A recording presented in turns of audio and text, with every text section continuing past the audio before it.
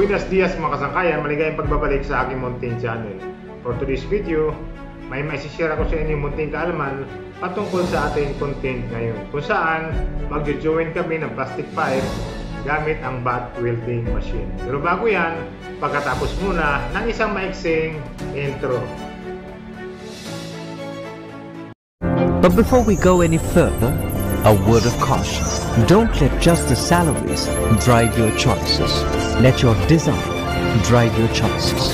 There is wholehearted, passionate effort. Passionate effort leads to expertise. Where there is expertise, opportunities and success follow. Sa bahaging ito, meron akong pina-rectify na joint kung saan ang ating plastic pipe ay natanggal sa pagkakadugtong habang nag-water balancing kami.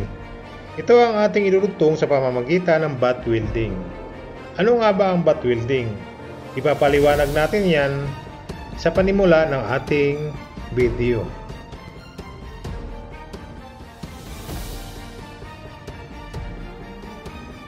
Anyway, bago natin ituloy ang ating mixing explanation, i-prepare muna natin ang ating mga power tools.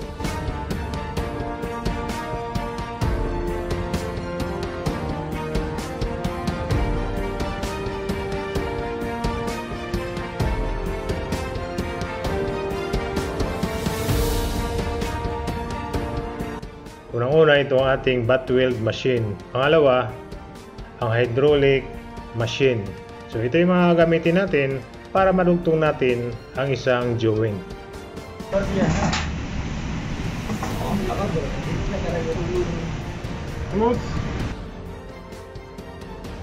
Buhay ng mga kasangkaya, kung interesado ka sa mga ganitong content, lalo na sa mga aspiring technician, maaari kong pakitapos ang ating video.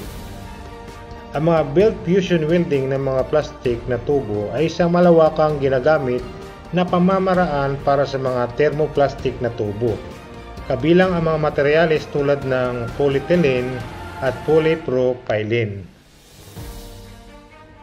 Tuklasin natin ang pangkalahatang ideya ng proseso.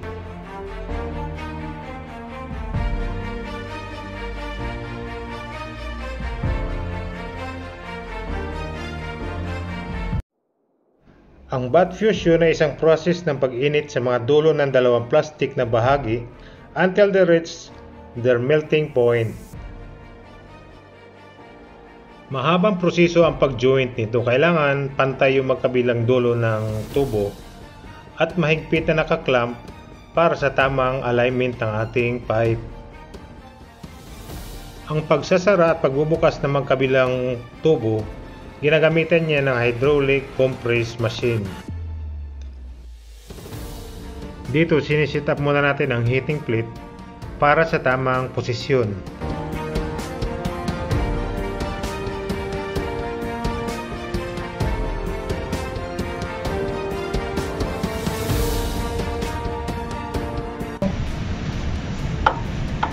Centre में अरे बाबा रे बाबा okay Normal mo lang.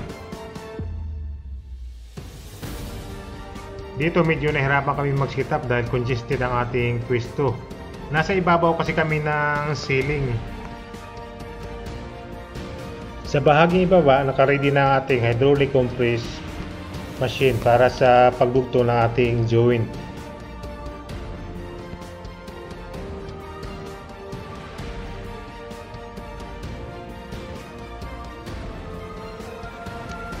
Pag nasa tamang alignment na, maaari na nating i-insert ang heating plate na may heating point na 210 volts. Antayin nating mag-melt ang magkabila ang face end ng plastic pipe na may timing na 15 to 20 minutes. Pag nag-lapse na ang time, pwede na nating alisin ang heating plate. At itutulak na natin yan gamit ang compress machine.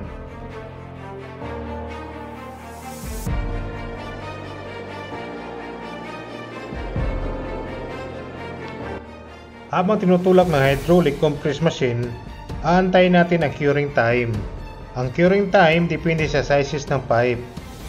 Dito sa aming dinurugtong, ang curing time is 30 to 40 minutes bago natin i-release ang hydraulic compress machine.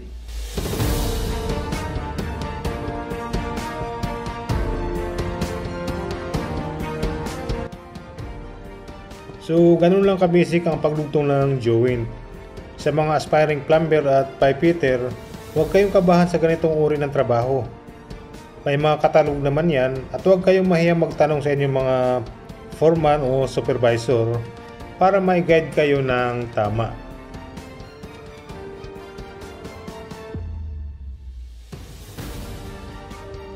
Anyway mga kasangkayan, dalawang joint pala ang aming dinudugtong dito. Sanhi ito nang nag-leak ang aming pipe kaya kailangan naming i-rectify.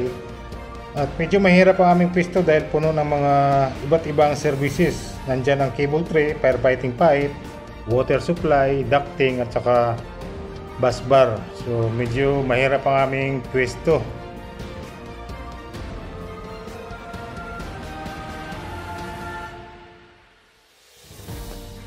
Tandaan lang natin na ang tamang pagpili at paghahanda sa kagamitan ay mahalaga para sa matagumpay na bath fusion welding.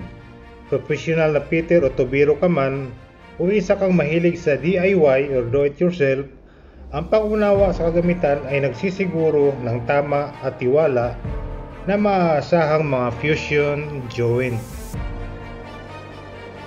Ang kabuuhan ng ating video ay nagpapaalala ng tamang kasanayan. Pagsunod sa mga alituntunin at pansin na detalye ay mahalaga. At tamang gabay dahil sa propesyon na ito ay maraming hamon, ganun pa man, lahat ay may solusyon.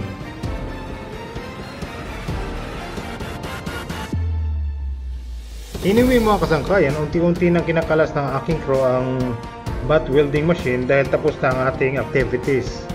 At isusunod na natin ang leak test para malaman natin ang resulta kung walang leakage ang joint.